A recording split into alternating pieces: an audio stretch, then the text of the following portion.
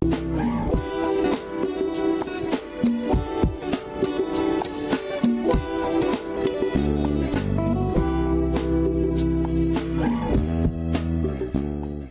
so we're here to do the discussions, but let me just run this by you. Too often, home buyers in Accra face the need to compromise when buying a property. Indeed, many of us do, forced by market dynamics and unreliable suppliers to sacrifice either location or quality in order to purchase a property they can afford. And this is what is happening. Clifton Home Properties present buyers with the opportunity to own a stylish, high-quality home in a central location, and that's what all of us want, at competitive prices. Market-leading payment plans are available, and it's starting from only 10% down payment. And Clifton Homes train their teams to take care of details for clients, which leads to a track record of sellout development and an impressive record of repeat buyers and referrals. Clifton Homes has launched a 6 development area in Accra since January 2011, and 5 of which are already completed and occupied. The 6th development, though, is going to be completed in 2016. And so if you're interested, you just want to do the right bookings, get the right home, the quality also self-assured, this is what you need to do. Please check out their website, www.cliftongana.com. That's like cliftongana.com. And so cliftongana.com. And you can also call their sales team on the following 020-4677-033, or visit their offices at the 34th Century Street Airport residential area here in Accra. My guest for the morning on AM Talk, Samson Ahi, is a member of parliament for Bobi, but occupies a very big position in government as well. Deputy Minister, Works and Housing. Thanks for joining me, sir. You're welcome. Okay, so, and also we have Frank Anodompre. He's a member of parliament for Nsawam Udwidri. And thanks for joining me, Senior. Thank you, boss. All right. Thanks. And we have a lot to discuss because the strikes have been ongoing and your government has refused to listen to the doctors. And so people are dying not only on the street but also in the premises of the medical facilities. Why is your government doing that, Samson? You want to say our government or my government? Our government. Very good. I think good morning to your listeners. And let me start by saying that as a matter of principle, both parties, government and the doctors, agree that there is a need for, as a country, to get condition of service for our doctors. That's the principle. But the modalities to achieve this objective is what is creating the problem now. And my position is that, excuse me, we agree that there's a need for us to get condition of service for our doctors, which is legitimate. But let's look at, as a country, we have agreed to be governed by laws. And if you take the Labor Act, clearly, category of people have been classified as essential, they provide essential services. And the law does not allow them to embark on strike. Doctors, security agencies like the military, the police, ECG, Ghana Water Company, because of the nature of services that they render to us. And so the problem that I have with the whole strike is the strike that has been embarked by the doctors is illegal. And I would have thought that once negotiation has commenced, they should have rescinded their decisions to go back so that all of us will function acceptable condition of service for them. I listened to one of them spoke the last time from Kulebu and was making a very good point that there are some contagious diseases when cured by the doctors. By the end of the day, if you are not careful, you contract that disease. So if a medical officer is raising the state in that situation, the state should come to their aid and provide means of curing that contagious disease that has been attracted by as performing his function. This is something that I believe we can look at. And that will classify as a risk allowance? Sort of. Okay. So, as I've said, I mean, in principle, nobody is saying that they don't, and this thing has been, they have worked over 70 years in this country with that condition of service. It runs through all governments. So if we have freedom, as a country we have freedom, and it didn't start today. So certainly the core is in the right direction to me, but I will also again appeal that they should go back and work, whilst government and for that matter Ghanaians look for appropriate condition of service that will merit the good work that they are doing to support Mother Ghana. That's my position, actually. Okay. I don't think, and nobody, no government.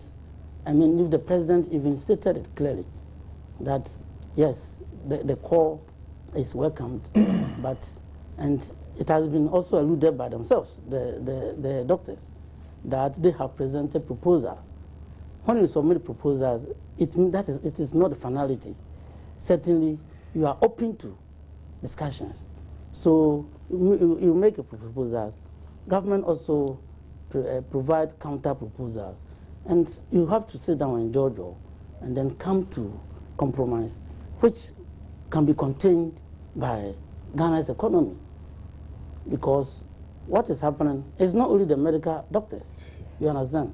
Okay. After medical doctors, the nurses are there. So you're saying that you don't want to open the floodgates? So not that, not to. Just because we have to open just it. because financially we're not in a good shape. No, we have to open it, but we have to do it with caution. With caution. All right. Said that it can be contained, given our economic situation. Frank, my colleague Mamavi Uswabwaje spoke to James Kluchi-Aveje, who is the chairman of the Finance Committee in Parliament, and he was very much categorical. He indeed acknowledges that the doctors may have a right call to say they would want to negotiate based on whatever terms that they would want to. But government also needs to be realistic as far as that is concerned. For 3.5 years, we've been running our budget. Indeed, we've even gone to the IMF that we want to subject ourselves to certain rudiments as far as fiscal monitoring is concerned. And so, where lies the case? There should be empathy somewhere. Well, good morning to yourself and your listeners, your listeners. I'm particularly impressed by my senior colleague in Parliament, Deputy Minister of Western House. And you heard the way he spoke. You see, that is the maturity and sensitivity that is missing in some of our people in government when they speak. On the subject? On this, and particularly on this subject. I mean, facts be told, I heard Mr. Aveji, the chairman for the Finance Committee of Parliament, he spoke I respect him a lot, but at a point in time, I thought that he was a bit economical with the facts, because he says that if we have to give in to the demands of the doctors, I mean, in part, then we in a way Ghanaians have to pay extra tax. Then your lady went ahead to ask him a specific question. Are you aware of the specific conditions the doctors are demanding? Then he said no. Okay, that for me was a contradiction, because clearly you are not aware of the quantum that the doctors are demanding, but yet you are saying that if we have to give in, then we have to pay more taxes. Well, you believe that he's not aware? Do you believe that? From what he said, on the face value of it, that he's not aware. I mean, putting what he said in context, then there is a certain... are you aware what the doctors are demanding? I'm aware. I have to be very frank here. About... Not in detail. And I'm not using what was shown on the social media. That is not something to go by. Official, yes. Official, I'm not aware. What I know is that, like my big brother said, they're just asking for condition service. And I agree with him when he says that, you know, there are essential service providers in this country who are by law cannot go on these labor unrest and all that. We agree. But let's remember that the law was made for man. And let's also concede to the fact that for a long time our doctors have not had conditions of service. It's just a letter of appointment that is given to them. And so somehow, or one day, we have to come to terms and say that we have to resolve this matter. Where I had a problem with government was with the president's recent pronouncement when he says that I will not pay. I mean, to mean that I will not, he said something to me that he was not categorical in saying. But he says that. But he's saying that he's not going to order.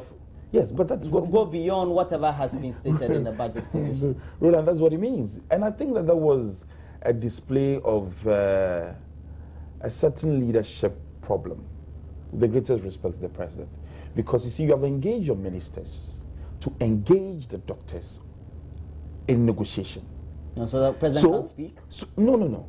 You can speak, but you have to be careful what you say. Negotiation he's the president of the land. No, yes, but what he said was not out of bounds, was it? In my understanding, and in the context of what is ongoing, the president's speech. The president is an ordinary person.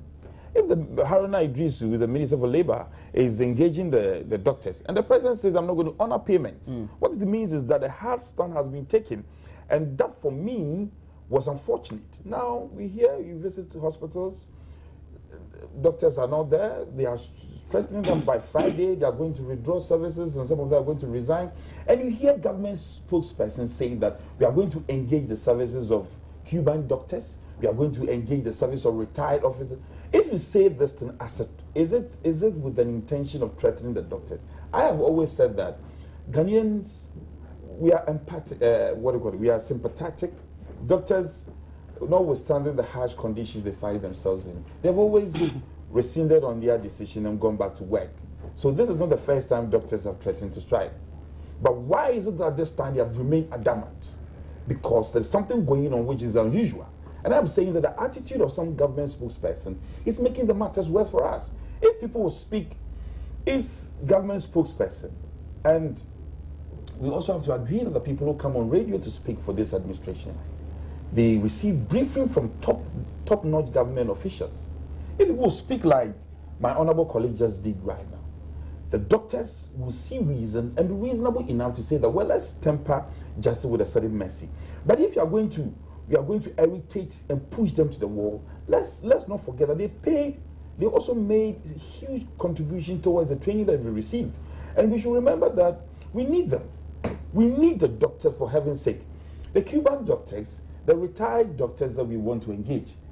Is it sustainable? How are we going to sustain this? So I want to also add my voice to what my big brother said. We are appealing to them, but let the president, with the greatest respect to His Excellency the President, tend to be diplomatic in his pronouncements, especially with this matter, because lives are involved.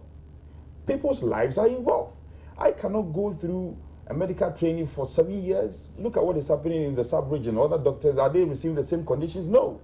And if you're not careful, you mean our doctors are poorly paid compared to what exists in the sub-region? I cannot say that for a fact, but I'm saying because the sub-regional countries are made up of Nigeria, Togo, Benin. Our situation is not the same as we have Liberia.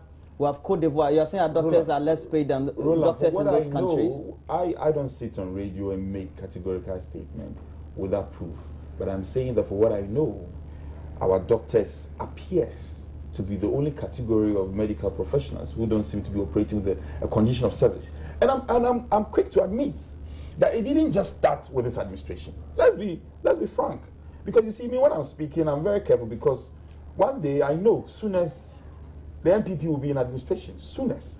And when we are giving the mantle to govern this country, who is going to rule this country forever? You cannot. One day you will be off the scene and somebody will take over. So when you are in opposition, you are criticizing. Be careful what you say. Very soon. That's good. You're a young person, so you take that into cognizance. Well, that's good. In conclusion, let this administration show leadership. Right. Haruna Idrisu is doing very well. Today I heard him say that they are going to withdraw their payment. You see, but there's nothing wrong with that. You see, I remember back in the day when Osafo Manfo was the minister. Yes. No, I expected this to come. You see, it's also been done in the Atani administration. We need to learn from the past. You may be doing what is within the four walls of the law. Are you saying that because they are medical doctors and they have not been to the wards? You are working with the condition of service, are you not? What do you mean by that? I'm asking you. You are working with the condition of service. What do you mean by that? I'm drawing a point. He is working with the condition of service. I am working with the condition of service. What is so strange about the doctors that they do not have a condition of service? So what do you mean? They don't know how they are paid? They don't know the allowances they have to enjoy? When you speak to government officials, they say that, well, And you see, that is the argument that I find very, very irritating. Well, if we have to give in to the doctor's condition, if we have to honor this condition of service, then we have to pay more taxes. Sorry, I know you're deputy minister. Let me just call you. Can I just finish? That's okay. Why is it that? You are spoken for. Oh, you also spoke. No, you let him conclude. When MPs, the executive arm of government. You do know your condition of service. Well, please, I'm coming to. Don't worry.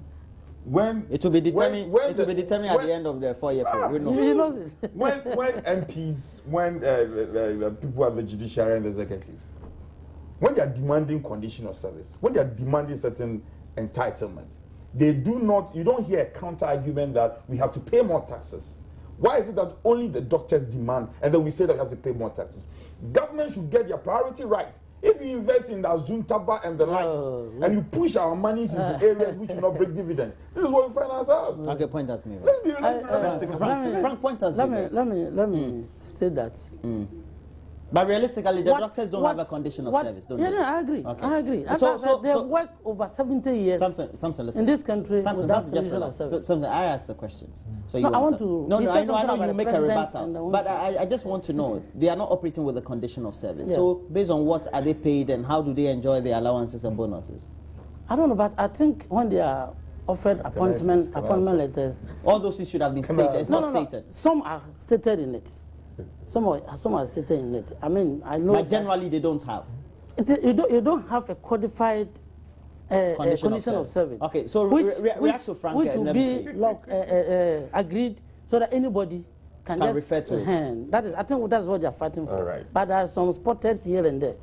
I mean, the president, I think we should rather commend the president. We should commend him for what he said. Well, the president made a statement. He said it in a contest.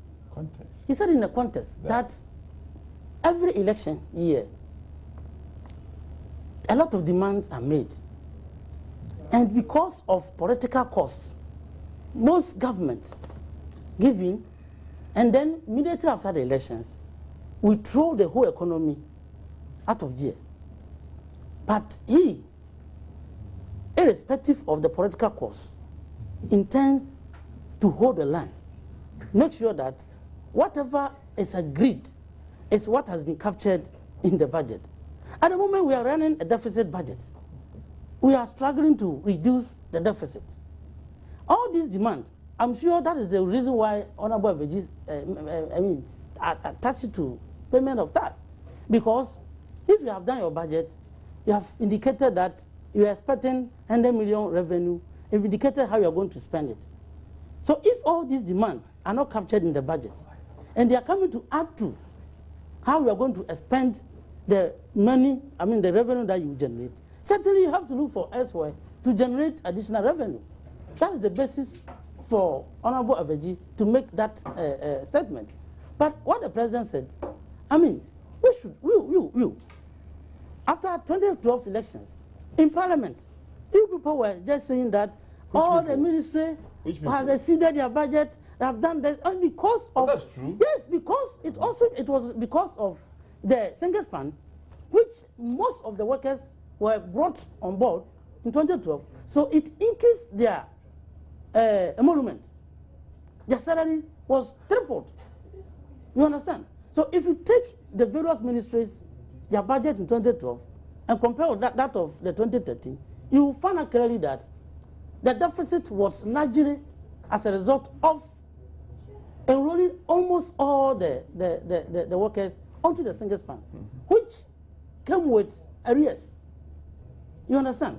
And so this is the discipline the president is intended to introduce, so that irrespective of the election period, people don't take undue advantage of the elections to make demands, to push the government to war, which the demands of the medical doctors, Mr. Samson, is it going to push government budget on whatever the payment should be for public sector wages, and especially for public sector health workers?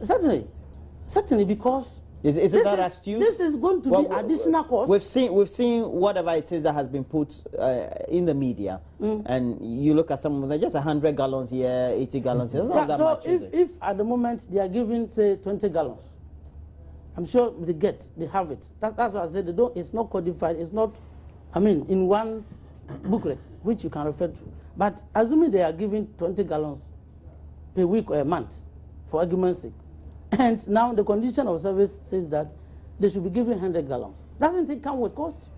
That additional 80 gallons, certainly you have to look for the money somewhere. And what is happening to our brothers and sisters in the medical fraternity? It is not a restrictive teaching that they are doing. It is certainly going to affect everybody that works in the public sector. So you're saying immediately government agrees? Not that agrees. Certainly they will agree, but government will agree reasonably. So that it can contain it, so that even if the nurses come, if the midwife association come, if the pharmaceutical people also come, if the teachers come, then they know that they can contain. Then because definitely there'll be more agitation. That is it, certainly. You see that. But we have to be realistic. You have been in government before. I mean, your party has been in government before, and in the structure and within the remit of workings of government, certain details and principles that you need to work with. And at a time when the country is having the difficulties that we're having, then we need to work within a certain frame. You see, nobody is overly pushing this government to the wall. Well, for all the criticism, we have to criticize them. We have to. We have given them a certain revenue to manage. They collect all the taxes, don't they? Yes, the taxes are not collected by me. They have to account. Have they accounted properly? Yes. We have to go ahead and ask this question. You see, where I have a problem is that when you make these arguments of the number of gallons they are demanding and you say that it's going to increase budget, yes, reasonably, yes. Look within yourselves. Last year alone, budget for the presidency ran over 100%. More. Okay? So when we are saying that we need to raise revenue, I agree. That is why Nanado has said that we need to change the focus of the economy. So as a country, we need to get our priorities right. But I'm saying that we are getting our priorities wrong, and government need to bear the blame. If you run the seat of government, presidency budget over 100%, and you misuse the state's revenue, and then you say that there is no revenue, we have not raised enough revenue, and therefore I cannot give in to your conditions of service, then I'm saying that you cannot be absolved absolutely of the blame. That is why I'm saying that. That is why I'm saying that. That's why I'm saying that. Something I was very quiet when I listened. Something you listen, please. I listened to you. I heard all you said. That's why I'm saying that. You see, let them show leadership. Let them begin to talk reasonably like he started. But not saying that I am not going to give in to you, coming publicly trying to turn the public against doctors. We are going to engage the services of retired doctors. We are going to invite Cuban doctors to come and work.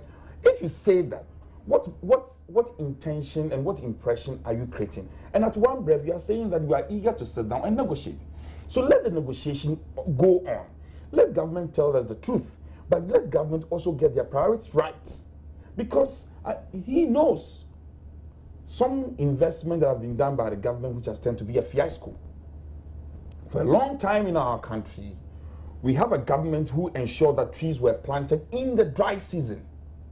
That is wounds being inflicted on ourselves. And I'm telling you, go and do analysis of the revenue that was lost. Only on the Azontaba and the YE, the Youth Employment Program and the likes.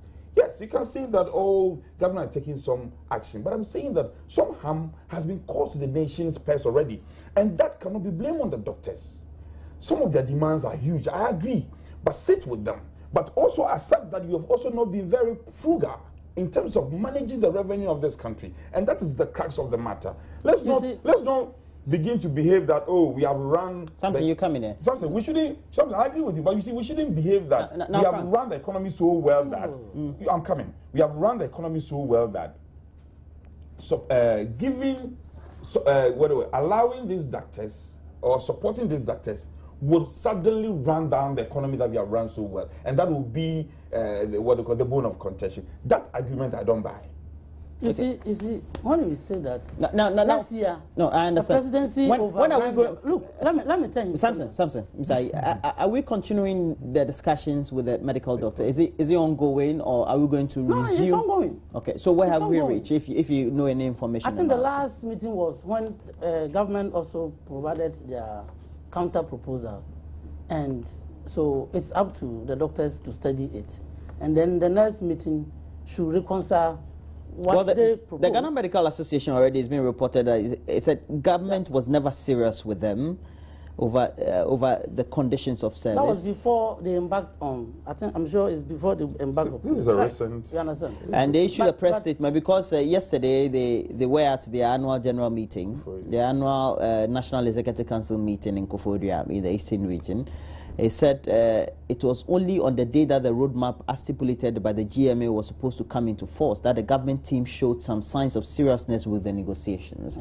It speaks of some lack of proactivity in dealing with labor agitations. And indeed, we have to be realistic. Over the last 3.5 years, we've seen, or over the last 2.5 years, we've seen some of the most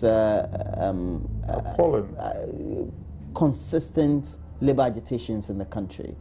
Sector after sector, worker association after worker association, union after union. That is exactly what the president wants to avoid. Well, he's not avoided it clearly. Because they're still on strike. That he putting structures in place so that we don't experience this any longer.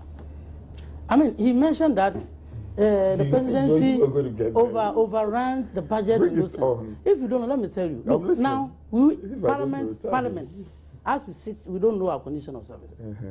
For this current parliament. No, you shouldn't know, because it's determined by a committee. Yes, that's the committee. Listen. Oh, can you listen to me? I'm listening. The committee is not in place. But it's determined. Something that will be determined. So you know. We make demand. Comparing the two. We make demand that even if the committee is not in place, government should give us something. That payment is requested to Chief of Staff. So Parliament. They have given us money. It is captured under Chief of Staff, as if the presidency is spending that money. But that money was given to us as MPs. So if you sit here and just generalize it that every year the presidency overruns their budget, and so they are not introducing prudent listen, that is not the issue. I mean, you are talking about the fact that some commentators are saying we are bringing in Cuban doctors and asking the retired doctors to come. Now, you are dealing with a group of people who have put in place a roadmap, and they have time and time again said that they will comply usually according to the roadmap. As a government, what do? Don't you think that it is in the interest of the state? Because, I mean, working for the government is not by force. They can decide to resign. I see. You understand? There you go again. No. Look. Don't joke, because I'm not joking. The first week. No, I'm not joking. Listen. I take exception to that. I'm not joking. Okay, sorry. I'm not joking. He's particularly worried that utterances like this, that working for government is not by force. If you make such. Listen. If you listen to me. But I'm not joking. No, he's saying it in context. He's saying it in context. He's not like that. I don't take. Something you're not like that. I'm a very good brother. I don't do that. I don't joke. You see, the doctors has given us roadmap. The first week, they strictly adhered to what they said. Second week, they comply. And so we know that they are serious with whatever they have said, which means by Friday, going by the first week and second week, they are going to resign. When they resign, we don't have any doctor in our hospitals. What do we do? So you have to make provisions. If the government doesn't, because negotiations have not been completed, is that what? Negotiations are still going on, and because of the doctors strictly adhering to the roadmap, by adhering to the first week, the second week, we are afraid that. So that's why you are bringing the Cuban doctors and the retired doctors. No, it is possible. Aren't you going to pay the Cuban doctors, or they already been paid? No. They will not be paid. Even if they resign today, the Cuban doctors will offer free services. Listen, I hope so. Even if they resign today, negotiation will still be going on with them. But when they are in their absence, what do we do? So it is. I think that if government has not even taken this decision to call on retired doctors to come and, fill the vacuum, the same Ghanaians will blame government. You understand? Because now we know.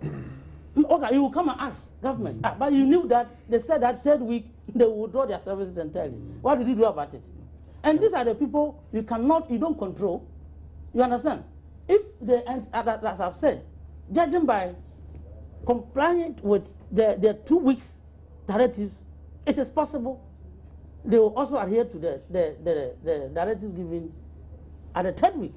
And so if that happens, what do we do? Something. It's okay. Is it not prudent well, that government call on retired doctors to stand by so that is not what we are expecting, but so that in case it happens, then if you go to Kolebu, there's somebody to take care of you. If government go this way, what is wrong with it? Well, I see that in my estimation. First of all, let's get it very clear that comparing the conditions that doctors are demanding, okay, with Article 71 office holders. It doesn't gel. So that's not the same. Well, don't draw that analogy. The two don't go together. I don't They are compare. two separate and distinct I raised that issue group of workers. So let's get that one very clear. The presidency overrun. That's what I brought in. That's the coolest. This doctor's issue. Let's get it very clear. You see, and I'm very happy. He started very well. Now he's saying that working for. Is that what you can resign and go? That's what he said. I didn't say that. Was it working for government? He said working for government is not by force. You see, of course, yes, but it's not for arguments. What you have said, the thing, we're only reiterating what you see, when you say this thing, the doctors have a clarion call, just as you have a clarion call to serve your state. But you can't misquote me. I'm not misquoting you. I'm saying that I'm just basing on the face value of what you said.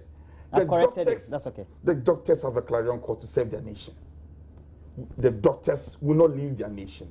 The doctors will live within this country. Amen. And we all need to support them to get what is due them.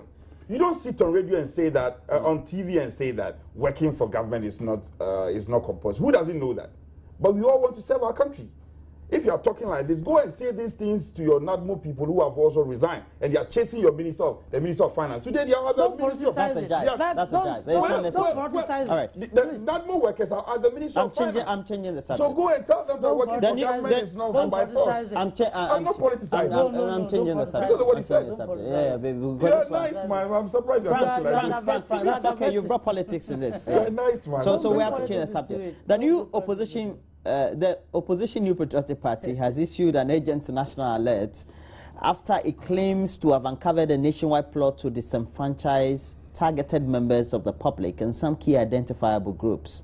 In a statement issued on Tuesday, and today we know is Wednesday, the party says in its stronghold of the Ashanti region, for instance, unpaid nurses are being asked to exclusively produce their voters' ID cards to facilitate payments. And a quote from the statement reads, market women are being promised loans only when they submit their voter ID cards. Voters in Cape Coast, for example, are being asked to submit their card for safekeeping in order to secure their re-registration. The party also claims to have evidence in pointing to the payment of 50 Ghana cedis in Nungwa in Accra in return for submitting one's voter's ID card.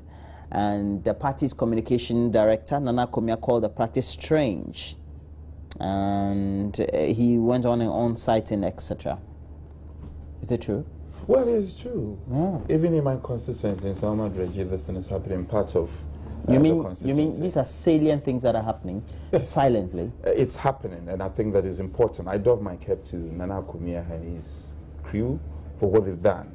They are nudging the citizenry that this thing is ongoing, and therefore let's all be on the alert. Not creating fear and panic? I don't know where the fertilizers are coming from. Maybe the Minister for... In your area, they are distributing fertilizers? Yes. The Minister for... They are a huge... It's an agrarian area, parts of Salma region. So, and the Minister of Agric, I think, would have to respond. I don't know where the fertilizers are coming from. And we are just alerting the public. Now, strangely, I'm surprised. I heard Mr. Kofi Adams on the defense. I read the statement issued by Nana Komia. No political party's identity was mentioned. We said that this is ongoing, and we are alerting the citizenry that we should all be on red alert. We are alerting the security agencies to also be on alert. All of a sudden, Kofi Adams the national organizer. Invariably, you are referring to government, is not. I'm not. If I refer to Kofi Adam, I'm not referring to government. No, I mean the statement ultimately implies that it's government. I mentioned Kofi Adam, who is the national organizer of the National Democratic. The party could be doing something which will be distinct from government. Yes, that's a fact. Let's know it. Now, I still don't understand why Kofi Adam should jump to the defense of this matter, because if this is going on, and I'm happy multimedia have also confirmed it, that their investigation has confirmed what is ongoing. Why on earth that people will have to go and collect people's voters' ID card for exchange of fertilizers and all manner of items? What is happening in our country? Is it inducement, preparing people's mind against 2016, or what? What is happening? So, Mr. Kofi Adams, if he has any information, should provide to the security agencies. Okay? Did you report the matter to the security agency? We issued a statement. Did you report the matter? I have reported. I'm on record to have reported. Because if you have issued a statement, then Kofi Adams is also, well, eligible to issue a statement. The problem have you reported the matter to the security agency? I have reported. We have issued a statement. You see, it's a process. We started from somewhere.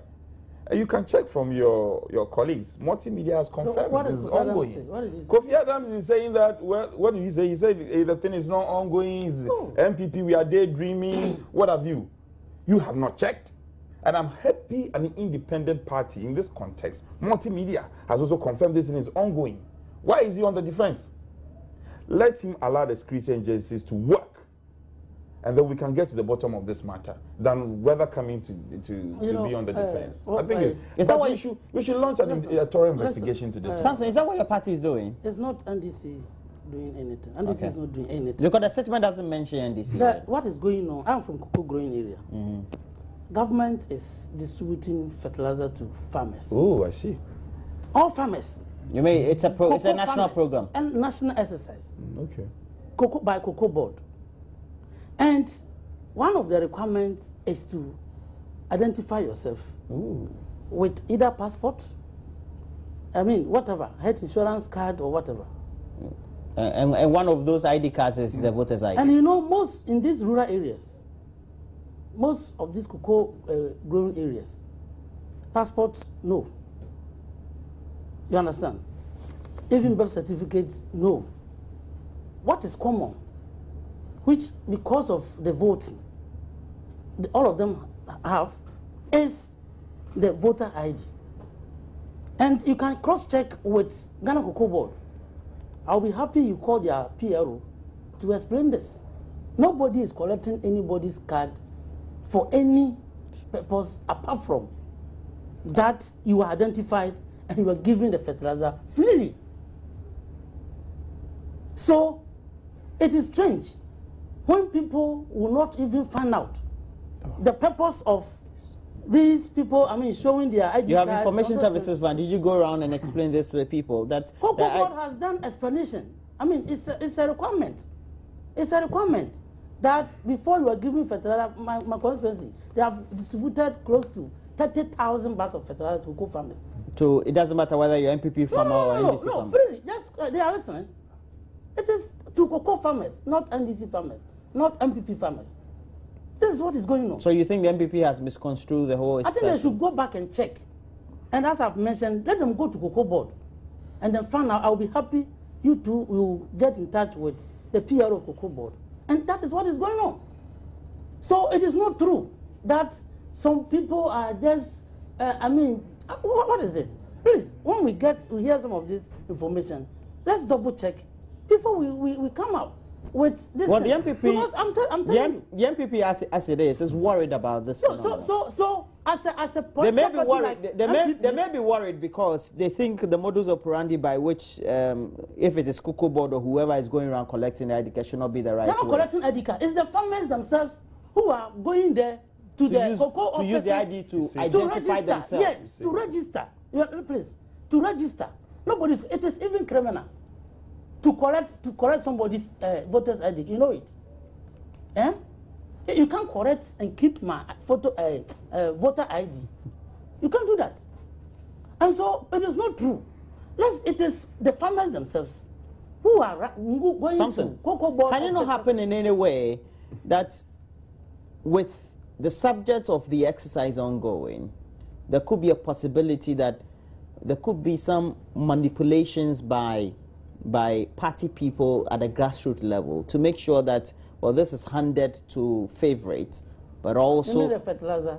Well, whatever it is that you're distributing. This is handed over to favorite, but also those who tend to agree with their political inclinations. No. It can't happen. No.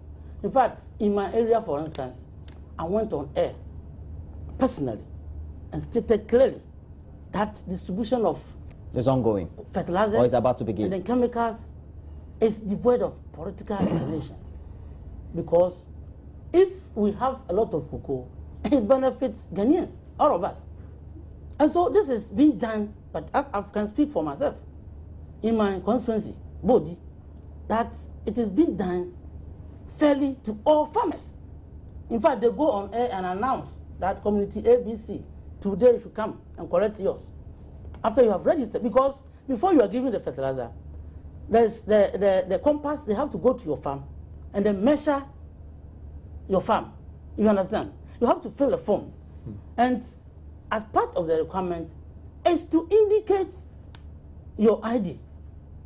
And as I've said, because in most communities, I mean cocoa farming communities, they don't have any identification apart from. Okay, your point has been made. Now, well, Frank, well, I know you want to add to this, but at what point do you make conclusions that if somebody is using an ID to identify themselves, or people are taking ID cards there, they wouldn't want to know that they are being manipulated? Two, how does that change their biometric configurations in the register?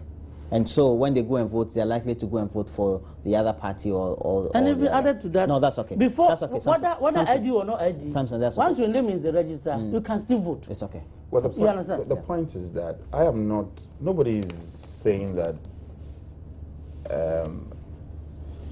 or blaming any political party. That must be clarified well enough.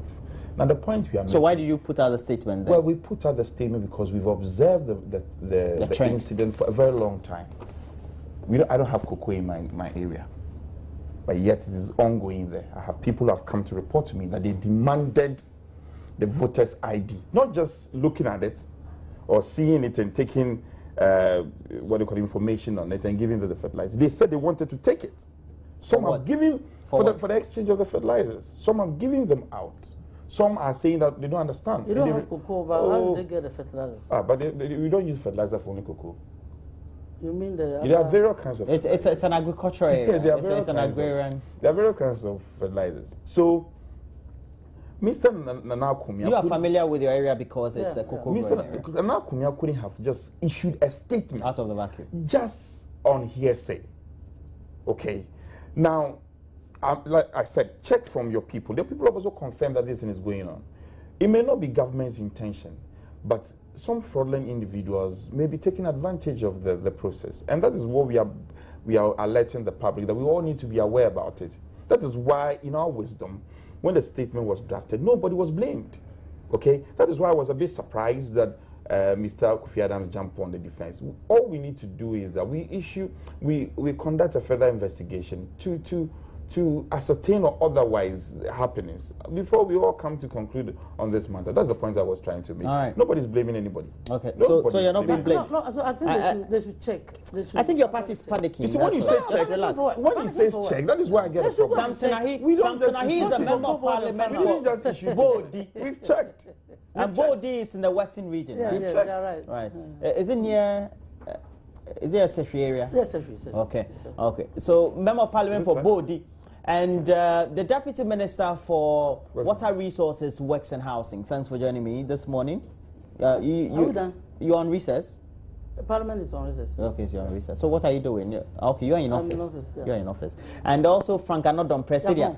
Thanks for joining me this morning. He's a member of Parliament for Nsawa Madrid. Yes, we're ended. The last rebuttal for... You wanted to have a last rebuttal? You can have it. The last rebuttal will be by Gladys Oredo. She is going to put together the entertainment segment for you. And entertainment is brought to you by Airtel. Get on the latest tidbit this morning to usher you into the day, but also prepare you for the next morning when she brings you the latest highlights tomorrow morning as well. And so that'll be it. And thanks for joining me, gentlemen. I hope to have you again sometime next week if you have the time. We're taking a break. We'll be right back with entertainment.